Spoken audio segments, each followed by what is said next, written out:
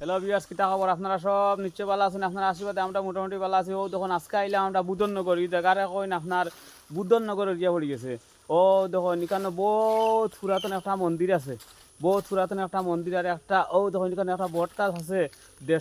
প্রায় 150 থেকে 200 বছর বয়স হয়ে গেছে। ইনো লোকাল মানুষরা কইছেন এই বট গাছটার 150 থেকে 200 বছর বয়স হয়ে গেছে। প্রচুর পুরানা বট গাছ। আর ইনো একটা বহুত পুরানা একটা মন্দির আছে, 150-200 বছর আগের একটা মন্দির আছে। ও আপনারা দেখেন, আপনারা সব লোকে থাকবা। ও দেখেন প্রায় 150-200 বছর হয়ে যার এখানে একটা বহুত পুরানা মন্দির আছে এখানে। ও দেখেন আপনারা সব সব বিবাস লোকে থাকবা। ও দেখো আমি দেখাই আর ও এখানে ও দেখেন 150-200 বছর আগের একটা মন্দির আছে এখানে। আর ও দেখুন জায়গার নাম হইল কি আপনারা বুদ্ধনগর। আপনারা যারা ফেসবুকটা কি দেখবা একটু পেজটা লাইক শেয়ার কমেন্ট করবা, শেয়ার করে দিবা। ইউটিউবটা কি দেখবা সাবস্ক্রাইব করবা।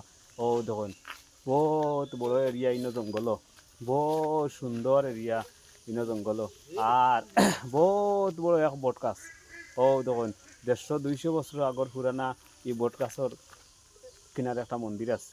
ও দেখুন ভিউয়ার্স আপনারা সবাই দেখে রাখুন, বহুত বড় এলাকা। আমি তো জানি না। ও দেখো লালদা আমার লগে লইয়া আইসেন, আমি তো এটা চিনি না। ও লালদা আছেন, লালদা আমার লইয়া আইসেন। বহুত পুরানা মন্দির আছে এখানে।